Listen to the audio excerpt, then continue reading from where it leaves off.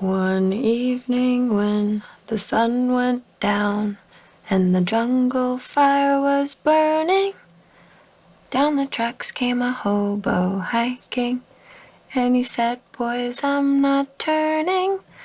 I'm headed for a land that's far away, beside the crystal fountain. Oh, come with me, go and see the big rock candy mountain."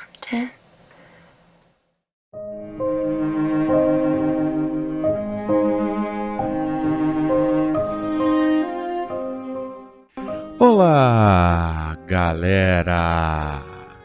Está entrando no ar as ondas mais cinematográficas do podcast brasileiro. É o Momento Cinema e hoje vamos falar mesmo de cinema. Vamos entender um pouquinho, compreender o papel do diretor dentro de um filme, falar de dois elementos que realmente têm a mão do diretor e que a gente precisa compreender. E escolhi um filme, vou chamar de simples nesse aspecto da compreensão do papel do diretor, mas uma obra de arte belíssima, que é o filme O Quarto de Jack. Vai ser muito legal a gente ver o papel do diretor Lenny Abrahamson nesse filme maravilhoso. É isso aí, gente. Vamos juntos, é o Momento Cinema, entrando no ar.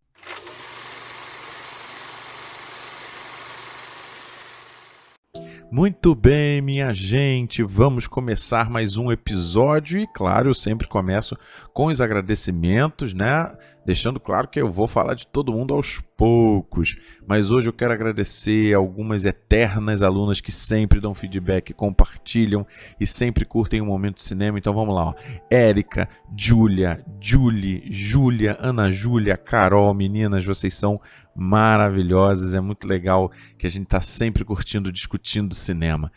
Se eu não falei de você, eu vou falar nos próximos episódios, pode ficar tranquilo. E eu quero também agradecer a outras duas pessoas. Primeiro, meu querido amigo Diegão. Diegão, muito obrigado, querido meu companheiro de cineclube, né? Alguns anos atrás eu montei um cineclube, ele foi meu grande companheiro, meu técnico lá do cineclube. Então, Diegão, e a gente tá sempre falando de cinema, tá sempre curtindo cinema. Grande abraço para você, meu amigo. Outro grande companheiro, meu xará, Fábio, né? Fabinho, querido colega aí de profissão, professor de química, conhecedor de música, como eu acho que não conheço, dos melhores especialistas. Enfim, Fabinho, muito obrigado, porque ele também curtiu bastante o Momento Cinema, me deu um feedback que ele gostou muito. A Tânia, a esposa dele, a Bia, a filha dele, enfim, essa família maravilhosa que está curtindo o Momento Cinema. Muito obrigado, queridos!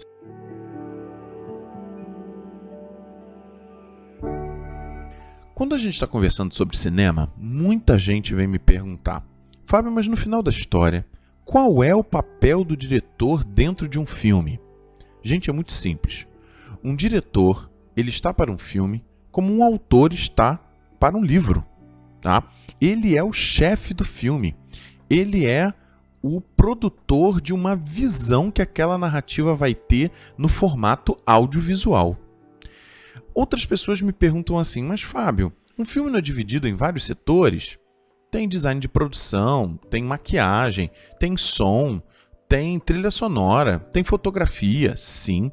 Mas é o diretor que vai perpassar todos esses elementos. É o diretor que vai fazer a ligação, a junção, vai montar o quebra-cabeça de todos esses elementos dentro de uma mesma obra. Claro que todos esses setoristas, eles têm, a partir da narrativa já montada do filme, um projeto que eles podem apresentar ao diretor. Mas é o diretor que vai dizer os sims e os nãos desses projetos apresentados pelos setoristas. E eles vão ajustando esses elementos. Por isso, muitos diretores, às vezes, gostam de trabalhar com já a sua equipe montada, porque eles já têm uma afinidade muito grande, né, entre todos os setores para a produção de um filme. Então, isso é muito comum também. Tá? Mas é isso, gente. O diretor tem essa função de assinar o filme no final da história. Tanto que, quando a gente tem a abertura dos créditos da maioria dos filmes, a gente tem logo o primeiro nome do diretor. É ele que assina. Pelo bem ou pelo mal, né? É o diretor que, se dirigir um mau filme, vai dar ali a cara a tapa. E o diretor que, se dirigir um bom filme, vai ali ter as suas glórias. De qualquer forma, é ele que assina o filme no final da história. E vocês já têm, né, em vários canais do YouTube, em outros podcasts, um material muito vasto aí na mídia falando das especificidades dos elementos do diretor. Tá? Eu não vou tratar disso aqui, eu quero tratar de 2 elementos que eu acho fascinantes no trabalho da direção e que são trabalhos especificamente da direção. Eu vou pegar o trabalho da decupagem e da direção de atores. Essa da direção de atores eu vou deixar bem para o final do programa de hoje, já depois que eu tiver apresentado até o filme, vocês vão entender. Mas eu quero primeiro então falar da decupagem. E antes de entrar no filme, O Quarto de Jack, eu tenho que explicar rapidinho o que é isso. A decupagem é um termo cinematográfico para a escolha dos planos que um diretor vai ter para uma determinada cena, ok? Veja, isso não é a montagem dos planos de uma cena. Quem faz essa montagem é o montador, ele que vai ver a sequência. Mas escolher uma sequência de planos que tenham significado, isso é papel do diretor. E existem vários planos cinematográficos, tá, gente? Também vocês têm um material, assim, uma gama de sites, de vídeos que explicam os planos, né, cinematográficos. Os planos, gente, o que são os planos? São os posicionamentos de câmera. Tá? A câmera vai estar posicionada num determinado sentido, num determinado formato, porque o diretor quer aquele formato para explicar a questão ou ter um significado. Ok? Existem inúmeros planos. Eu vou aqui precisar de alguns e eu só vou falar deles porque eu vou precisar falar deles durante o programa falando do filme O Quarto de Jack, então eu só vou explicar e vai ser de forma muito rápida, tá? A gente tem o plano geral. O plano geral é o plano mais aberto que a gente pode ter, tá? Então, por exemplo, vai pegar uma boa extensão de uma cidade, por exemplo, de uma grande rua, enfim, é o maior plano que a gente pode ter, tá? A gente também vai ter o plano aberto. O plano aberto, ele é um geral minimizado, tá? Ele focaliza, às vezes, num personagem, mas a gente ainda tem um cenário bastante bem colocado ali, tá? Bem significativo. Eu vou precisar também do primeiro plano. Esse vai ser muito importante para o programa de hoje. O primeiro plano é o plano que foca no rosto dos personagens, dos atores aqui no caso, tá? Então, esse plano que vai focalizar especificamente o rosto, né? E a gente tem muito esse tipo de plano quando a gente quer focar, por exemplo, numa boa atuação, né? Então, o diretor vai lá e tem esse planejamento, tá? Outro plano que a gente vai precisar é o plano detalhe. Como o próprio nome diz, ele vai focalizar apenas um aspecto, às vezes uma parte do corpo de um personagem, às vezes um objeto dentro da cena que precisa ser focalizado, tá? Então isso é o plano detalhe. São esses planos que a gente vai precisar para a nossa análise do programa de hoje, tá? Então, para vocês entenderem, eu vou colocar aqui outra pergunta, né, que muita gente me faz. Mas, Fábio, ok, você acabou de explicar que o diretor assina o filme, mas e o roteirista? Não é ele que pensou no filme como um todo? O roteirista, ele pensou na história do filme. Como esse filme vai se transformar em tela é a função do diretor. Eu vou dar aqui um exemplo para vocês entenderem tudo isso. Imaginem vocês que um roteirista escreveu uma cena de uma jovem voltando ao seu quarto em que ela passou a infância, na casa de seus pais, e ela está entrando de novo no seu quarto e ela vê o ursinho de pelúcia que ela tinha quando criança em cima da sua antiga cama. Ok? Esta é a cena. O diretor, tá? Ele vai ter o olhar do que essa cena quer representar. Então vamos lá.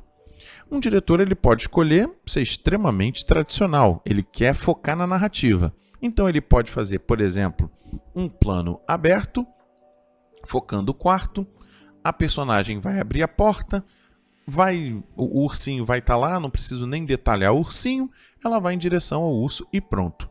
Isso aí é focar na narrativa, ok? Eu posso, por exemplo, criar uma sensação nostálgica. E aí o diretor vai fazer isso como? Por exemplo, ele pode fazer um plano detalhe no ursinho, né?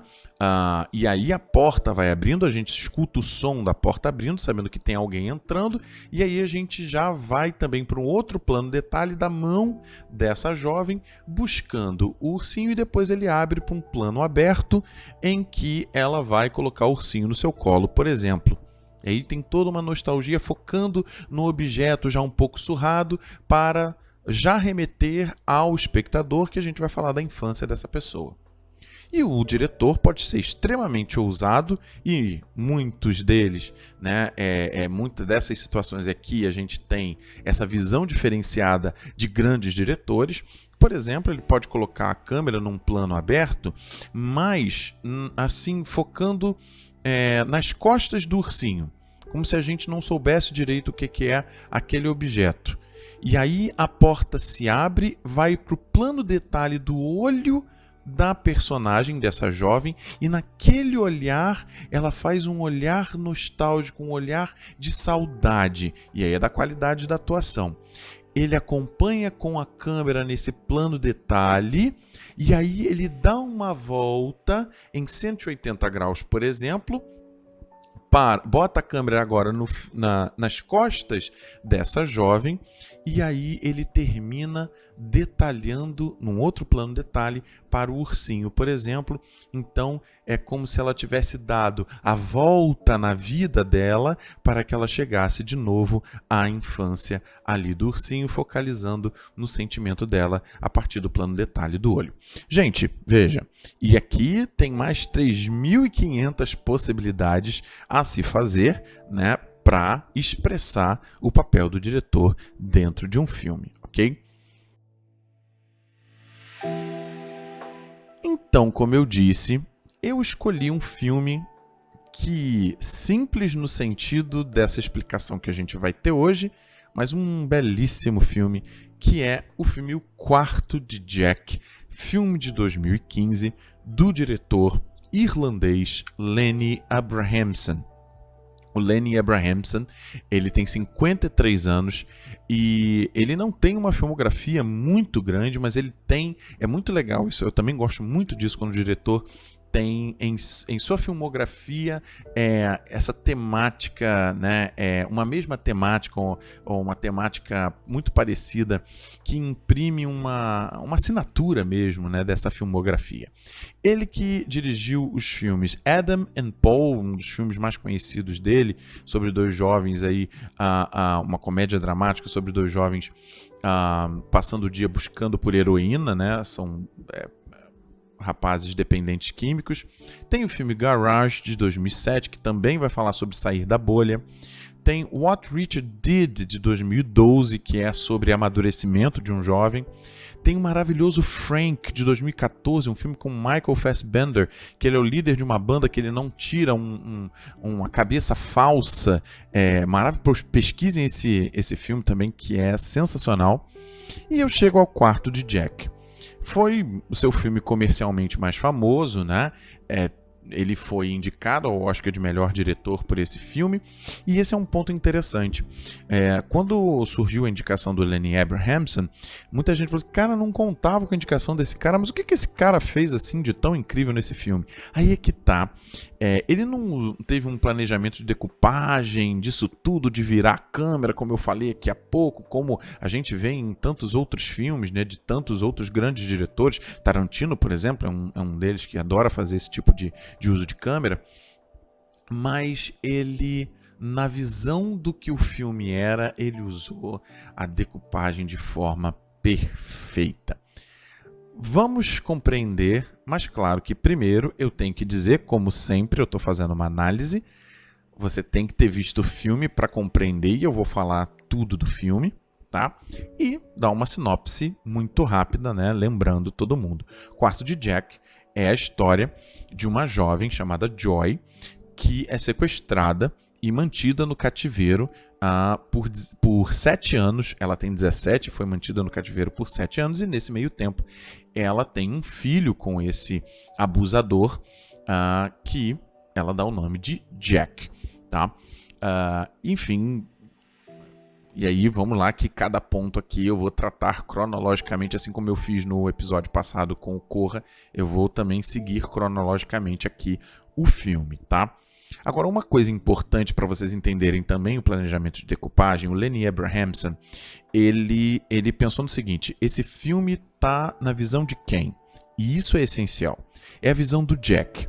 O Jack aqui no filme, aliás, o filme começa no que a gente chama de in media res, que é no meio da ação. A gente não vê a Joy sendo sequestrada, a gente não vê nada disso. Ela já está no final, né, do seu tempo de cativeiro, com o Jack completando 5 anos, começa no aniversário de 5 anos do Jack, né? E ela tá ali, né, no final já desse período, e o Jack começando a entender o mundo. Um mundo que, durante todo o filme, é muito claro que é visto pelo olhar do personagem Jack, ok? Que é esse menino de 5 anos, tá? Que tem um ponto essencial. A Joy, a mãe dele, que aliás ela é muito mais conhecida, né, pelo nome Ma, que é a abreviatura em inglês, né, de mãe, né, Ma, né, de forma muito coloquial. Ela cria uma fantasia conceitual para o Jack de que aquele quarto extremamente apertado é como se fosse o planeta Terra, tanto que ela diz que o que há do lado de fora do quarto é o universo. Então ela consegue metaforizar a existência, no geral, para o Jack, como se toda a existência fossem os dois e aquele quarto e aquele homem que ele tem que se esconder, que ele não pode ver o rosto, né, dentro da narrativa do filme. Então o olhar do filme, o olhar da narrativa é o olhar do Jack. Isso é muito importante na questão do planejamento da decupagem do Abrahamson. Então, gente, é o seguinte: o filme tem, na verdade, 2 atos, né? O primeiro ato em que, né, a Ma e o Jack estão dentro do quarto, e depois quando eles escapam do quarto. Há uma diferença absurda, né, entre esses 2 atos. Eu vou dizer que até tem um terceiro ato muito rápido no final. Eu vou chegar nele e a gente vai entender. Nesse primeiro ato, dentro do quarto, né, que aliás me permitam uma coisa que eu não falei, né, o nome do filme em inglês é perfeito, que é Room, né, que é quarto, tá? E esse quarto, né, possui metáforas na decupagem aqui, e vocês vão entender no decorrer do programa perfeito. Mas vamos lá. Dentro do quarto, tudo é mostrado de forma absolutamente claustrofóbica. E como é que o Abrahamson faz isso? Ora, com primeiros planos, tá? E com planos detalhes. Então, a gente vai ver o tempo todo o rosto dos personagens. Por quê? Para mostrar que tudo ali, para mostrar ao espectador, para dar o entendimento do espectador que tudo ali vai ser muito apertado, vai ser muito claustrofóbico, vai ser agoniante nesse aspecto, tá?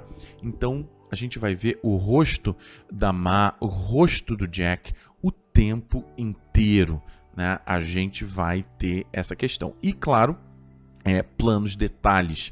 É muito legal, por exemplo, na abertura, né, do filme, o Jack ele dá bom dia para cada coisa que tem no quarto. Bom dia para o armário, bom dia para a cadeira, né, bom dia para a pia. E aí a gente tem os planos, detalhes desses objetos, ok?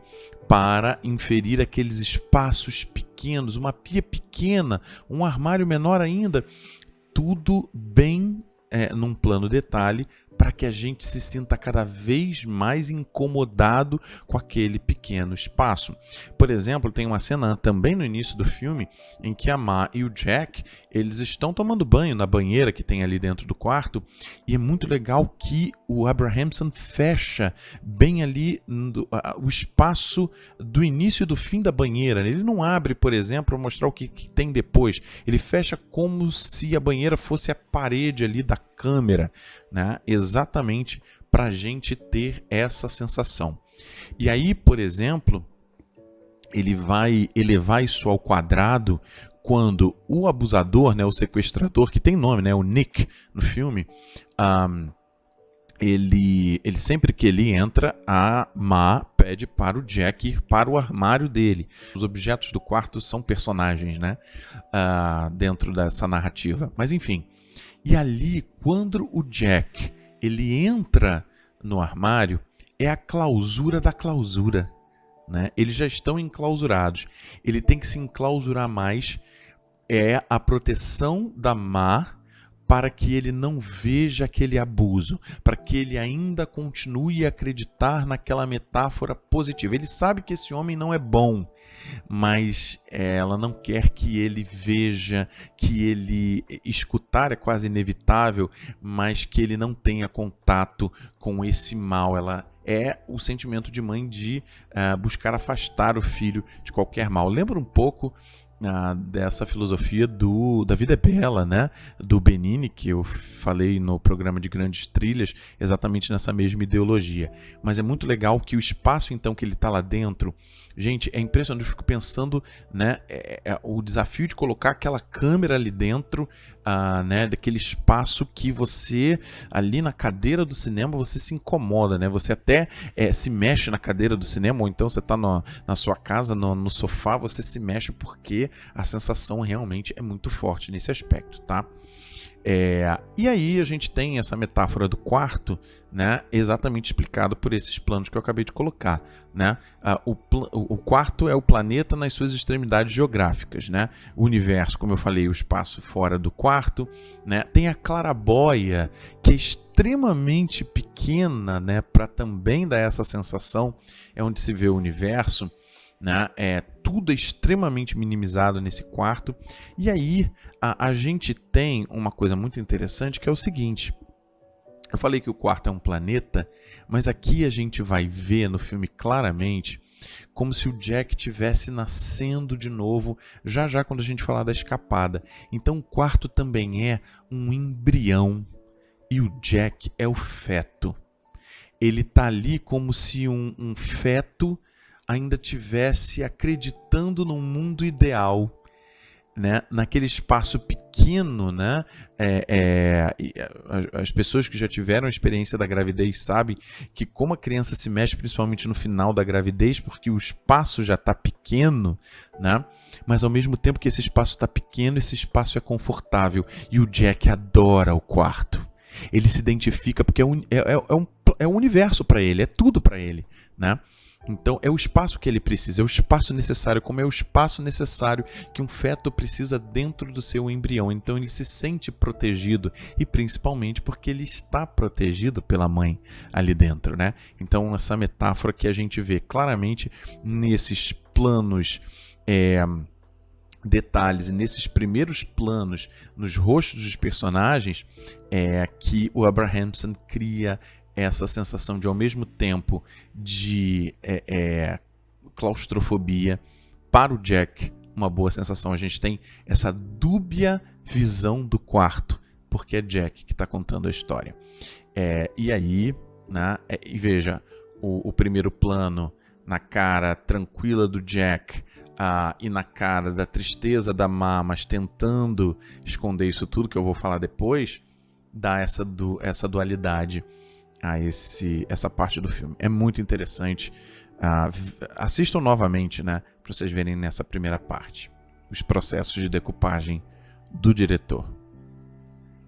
E aí a gente tem o segundo ato do filme, que é a escapada, né? No meio do filme, para quem não lembra, a Ma, ela bola um plano de que o Jack ficou extremamente doente e que ele morre, né? Ela começa, né, aos poucos e até de forma muito abrupta, que o Jack até tem algumas reações nervosas. Ela começa a dizer que há sim um mundo lá fora, né? Ela começa a contar a verdade, né, que choca muito Jack, mas enfim, de forma muito rápida, ela bola um plano e aí ela faz com que o Jack seja envolvido no tapete ali do quarto, e quando o Nick, né, o sequestrador, ele chega, ela fala para ele que ele morreu, né, que o Jack morreu e que ele tem que enterrar o Jack num lugar. E ela faz, né, com que ele prometa que seja um lugar pacífico, né, e tudo mais. E aí o Nick leva o Jack, tira o Jack ali do quarto e, né, ela dá toda a instrução de que ele tem que sair do carro e tem que procurar a qualquer pessoa. Ela deixa um bilhete, né, com ele pedindo, e ele tem que gritar socorro, enfim, e tudo mais. E aí é muito legal porque a gente tem o Jack tá sozinho ali naquele momento, ele se desfaz ali do tapete e a primeira visão do Jack é aquela claridade do céu, que é como se fosse aquela claridade de um bebê quando está nascendo. Ele não consegue enxergar de fato nada porque é o desconhecido, é o novo, né? Então ele tem realmente uma visão como se um bebê estivesse nascendo ali. A cara de assustado do Jack, né, da descoberta do novo, do medo do novo, é absolutamente perfeito. E mais um primeiro plano ali da escolha do Abrahamson, tá? E aí tem a dualidade da claraboia pequena, diferente daquele céu infinito. E aí é que é legal. O Abrahamson, né, ele não abre a câmera completamente e faz, por exemplo, um plano geral logo de cara. Porque o Jack não está vendo isso, ele não consegue entender que o mundo é vasto ainda. Para ele o mundo é muito pequeno. Então, quando ele vai mostrar o céu, por exemplo, ele também... Eu não posso dizer que é um plano detalhe, porque, né, o céu é uma coisa infinita, mas ele também coloca, né, num formato muito fixo, tá? Quase como um plano detalhe do céu, que é a visão que o Jack está tendo daquilo, tá? E você sente isso, ele está tudo muito delimitado, né? E aos poucos a câmera vai se abrindo, né? Desse plano quase detalhe do céu, ele vai abrindo para um plano, um primeiro plano ali do carro, né? E ao mesmo tempo ele continua focando num plano, agora sim já um plano mais aberto, mas focando o corpo do Jack, mas ainda muito delimitado, né? Sem grandes aberturas de câmera. Enfim, e mais uma vez parece que a câmera é a parede ali do espaço, do pequeno espaço que o Jack tem a percorrer, né? É tudo ainda muito apertado, né? Por exemplo, a gente tem logo em seguida em que o Jack consegue escapar e ele entra em contato ali com um homem que está na rua e vem a polícia. Aí ele entra dentro do carro de polícia e a gente tem mais um fechamento, né? O carro, né? Um ambiente fechado e mais uma vez primeiros planos ali no rosto dos policiais, no rosto do Jack apavorado, né, falando baixo porque ele não sabe o que está acontecendo, enfim. E aí, né, ele se reencontra com a mãe, né, a gente tem esse início de segundo ato. E eu quero parabenizar aqui o trabalho de design de produção do diretor de arte Ethan Tobman, que é bem legal. Ainda eu não estou nem falando aqui de fotografia em si, mas sim do design de produção, em que tudo dentro do quarto tem uma expressão cinzenta, né? E mais o que não é só iluminação, é também, mas o design de produção leva isso, os objetos dão esse ar cinzento, e a gente vai para esse corte abrupto para o hospital, que é tudo branco, né? Tudo no hospital é branco, e ele coloca ainda no cenário um clareamento ainda maior, né? Para a gente ter essa expressão e para o espectador saber assim, agora o filme vai mudar, agora o filme vai para um outro ponto, tá? Então muito legal aí o trabalho do Ethan Tobman, esse diretor de arte aqui do filme Quarto de Jack. Aí em seguida a gente vai para casa da avó, né, da mãe da Joy, tá? E aí a gente vai ter basicamente o resto do filme na casa da avó. E aí vem a questão. O Lenny Abrahamson, né, ele podia ter pensado assim, cara, agora é o segundo ato, eu estava no claustrofóbico, não é isso? E agora eu vou fazer planos gerais. Eu vou, né, abrir essa câmera de forma muito rápida. Mas não é isso que ele faz. Por quê? Quem conta a história é o Jack. Então, o Jack está descobrindo o mundo. O que ele faz então? Ele vai para dentro da casa dessa avó e aos poucos o mundo vai se abrindo dentro dos quartos. Não é no mundo. Ele ainda tem que estar dentro de um espaço fechado para que ele possa se aventurar no mundo que tem lá fora. Então ele continua não abrindo a câmera completamente. Mas o que ele faz? Ao invés dele ficar somente nos primeiros planos e nos planos detalhes, e principalmente aqui na diferença de que ele sai do plano detalhe e ele vai para planos abertos, que, como eu já expliquei, né, é um plano que abre mais a cena, mas ele não abre por inteiro. Então ele vai abrindo aos poucos, ele vai mostrando a casa tendo vários cômodos diferentes. É como se o Jack tivesse saído, né, de um quartinho pequeno, na verdade foi isso, né, de um quartinho pequeno para outros quartos, para a possibilidade, né, do plural de outros quartos. Então ele vai abrindo aos poucos, ele não faz isso de forma abrupta, tá? Então, por exemplo, a gente tem, né, o plano aberto, por exemplo, quando o Jack está na escada. Ele não sabe descer e subir escada, ele nunca teve isso. É como se ele estivesse aprendendo a andar. E ele focaliza isso, né, faz do plano aberto ali o espaço dele subindo e descendo as escadas. Tá? Tem algumas metáforas aqui que eu tenho que colocar, por exemplo, em que ele faz planos abertos também com o Jack brincando de Lego, né? E aqui a metáfora de montar relações, né? De ficar fazendo conexões, que ele só tem conexão com a mãe dele, né? Então é o que ele está fazendo tanto com a avó quanto com o marido da avó, né? Que é o Leo, que depois a gente vai falar dos personagens em si, tá? Só que olha como mais uma vez a mão do diretor vem de forma perfeita. Isso é para o Jack. Mas quando o diretor, né, quando o Abrahamson se vira para a Joy, né, para a mãe, ela ainda não saiu do primeiro plano. O Abrahamson continua focando no rosto da personagem. Por quê? Porque uma aparente felicidade de sair do quarto vai para a mãe, para a Joy, se confrontar de uma passagem do tempo de 7 anos que ela perdeu da vida dela e que ela não pode recuperar e que todo mundo evoluiu e ela não. Então é a questão... E por que ele faz isso? É a questão de ela saiu do quarto, mas o quarto não saiu dela. A depressão, a tristeza de ter ficado aqueles 7 anos dentro do quarto ainda estão nela. E de que forma no filme?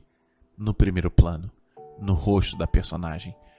Ela continua a ter para o espectador uma visão claustrofóbica. Ela ainda é claustrofóbica.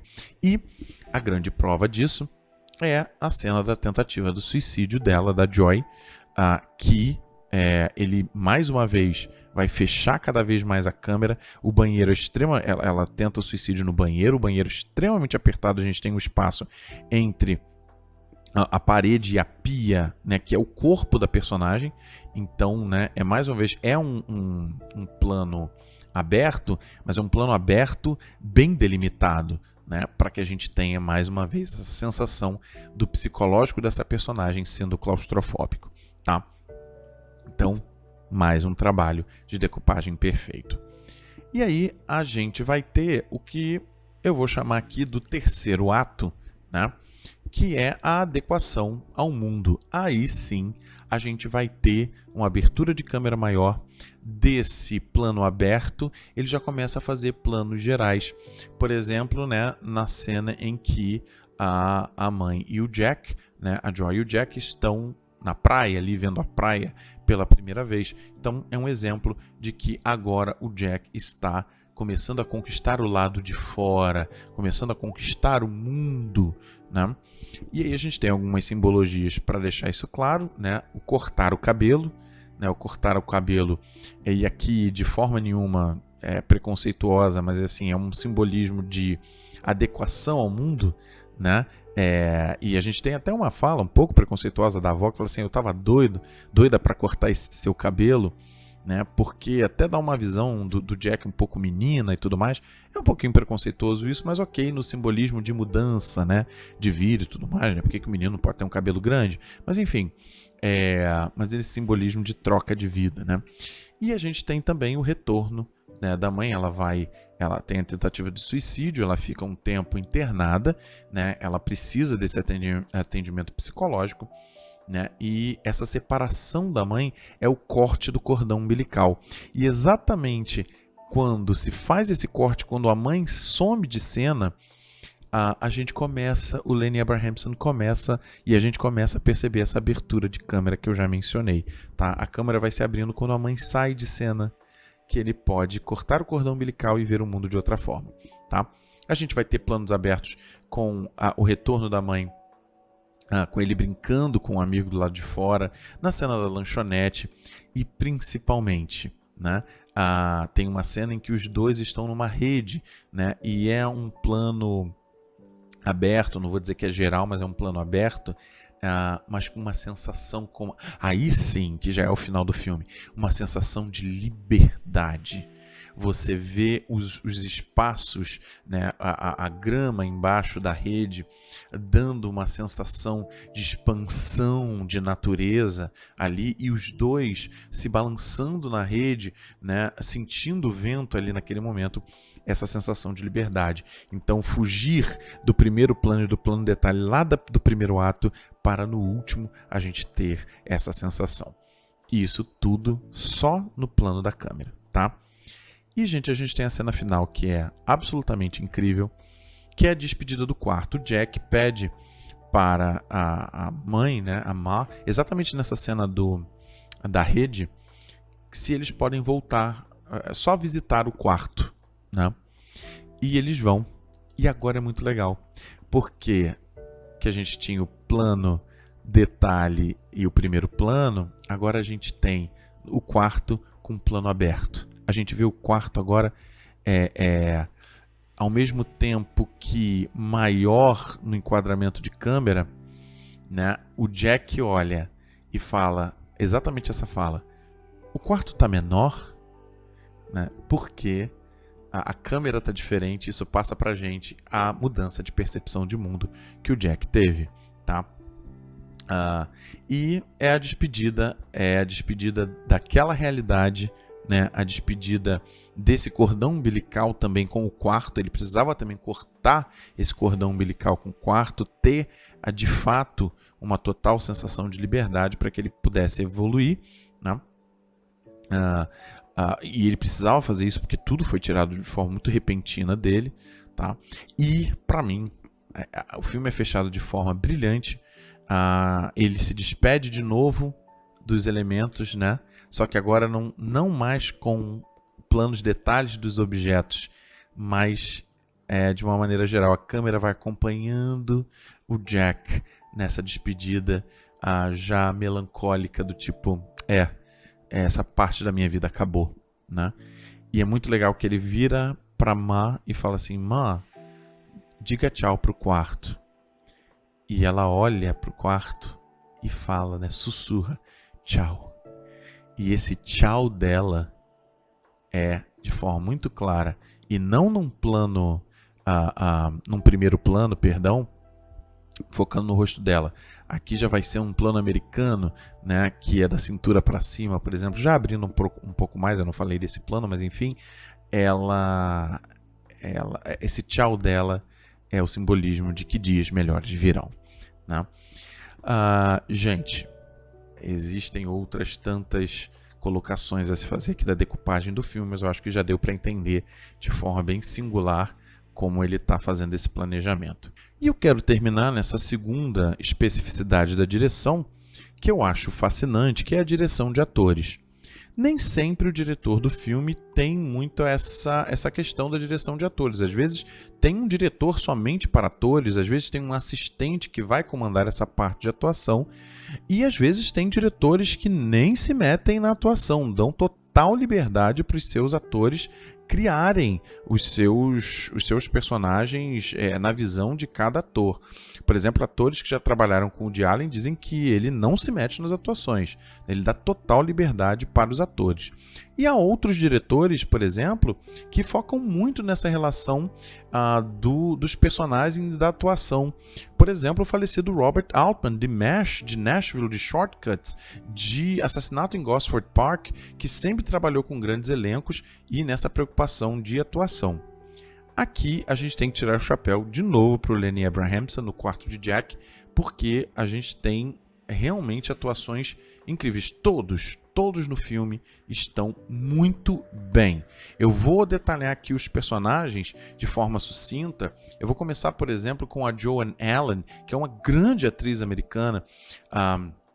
Já teve indicações ao Oscar. Eu vou lembrar aqui, por exemplo, de As Bruxas de Salem, que ela está absolutamente maravilhosa, que ela faz a mãe da Joy, né? A mãe da mãe, né? A avó do Jack, que ela tem claramente um papel de equilibrar os sentimentos, né?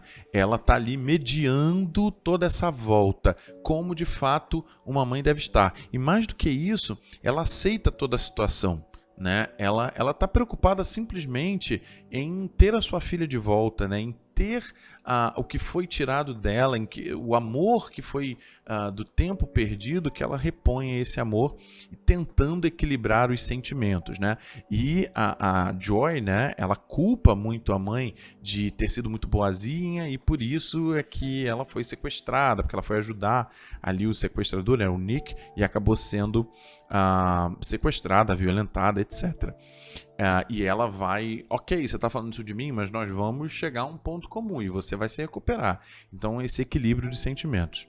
A gente tem o William H. Macy no filme de Fargo, por exemplo, né, grande ator também, que faz o pai da Joy, que é impressionante, né? Ele tem um papel muito rápido no filme, mas ele não consegue olhar o Jack, porque o Jack vai relembrar esse homem inescrupuloso, e não só o homem, toda a situação, né, de que a filha dele foi violentada.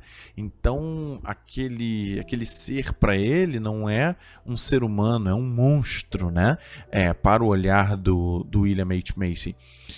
E aí é muito legal porque é um grande ator, né? O não olhar dele para o Jack diz tudo.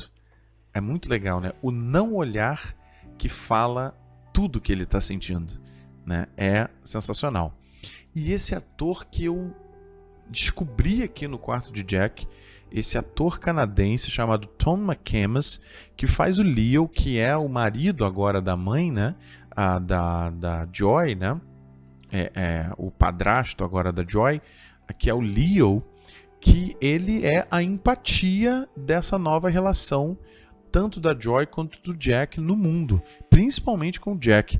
Ele tenta o tempo todo buscar uma ligação, uma conexão com o Jack. É a voz da empatia no mundo, é a simbologia da empatia, né?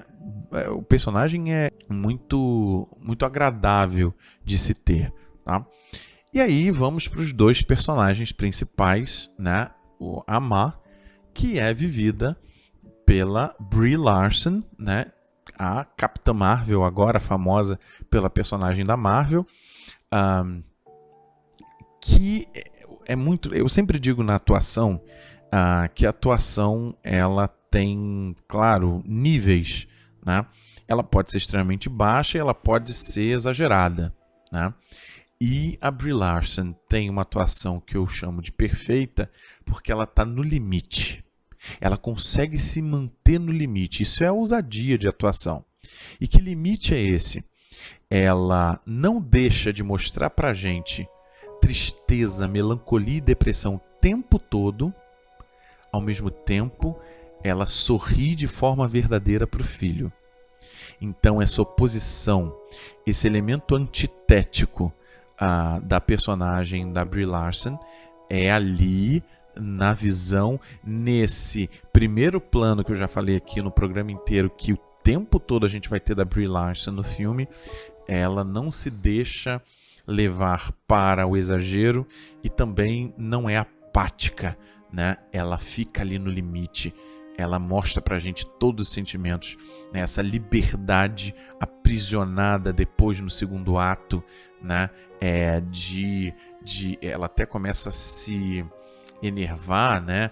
Com o Jack, enfim, é brilhante, tá? Tanto que a Brie Larson, né, é vencedora do Oscar de melhor atriz exatamente por esse filme, O Quarto de Jack, exatamente por esse limite de atuação que, né, nessa pretensão da personagem, nessa pretensão do filme, ela foi perfeita.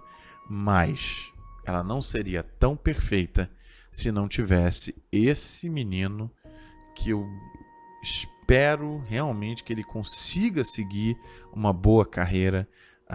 Aí, claro, da escolha dele, mas se ele escolher continuar a atuação, ele vai estar no caminho certo, que é o Jacob Tremblay, que faz o Jack. A cara dele do medo, né, na escapada, a felicidade meio desconfiada no primeiro ato, né, porque ele vê que a mãe é triste, ele entende isso, mas ao mesmo tempo que ele está muito bem ali, que ele é feliz ali, né, ele não é absolutamente infeliz.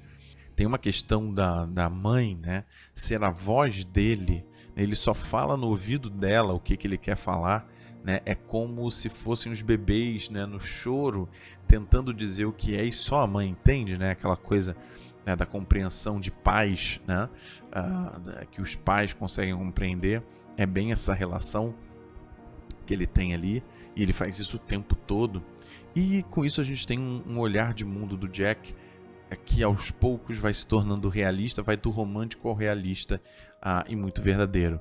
Para mim é uma das melhores atuações infantis de todos os tempos. E aí a questão aqui vem do seguinte: que participação incrível Lenny Abrahamson teve, gente. Ele tinha 6, 7 anos durante o filme. Precisa de uma coordenação extremamente rígida e bem articulada na direção da atuação do Jacob Tremblay, e a gente vê isso no filme. Claro que a gente está falando do talento do Tremblay, isso é sem dúvida, mas as direções do que o espectador tinha que compreender do Jack, e na verdade ele é o personagem principal do filme, vem de uma delimitação do diretor. E aí, mais um aplauso para o diretor Lenny Abrahamson. Gente, era um grande exemplo que eu queria dar para que vocês pudessem entender o papel do diretor. Então, no geral, essa abertura de planos, dessa decupagem, dessa escolha que vai dando um significado nas produções audiovisuais. E de um filme lindo, de um filme cativante, humano, e mais do que tudo, essa visão dos planos cinematográficos tem um grande papel, que é humanizar, certo? Então, vamos nos tornar cada vez mais humanos em tempos em que dizem que ser humano e humanizar é não ser racional, mas quem sabe racionalizar é compreender esses elementos para que a gente possa ser cada vez mais humano. Queridos, eu sou Fábio Guimarães e a gente se vê no cinema.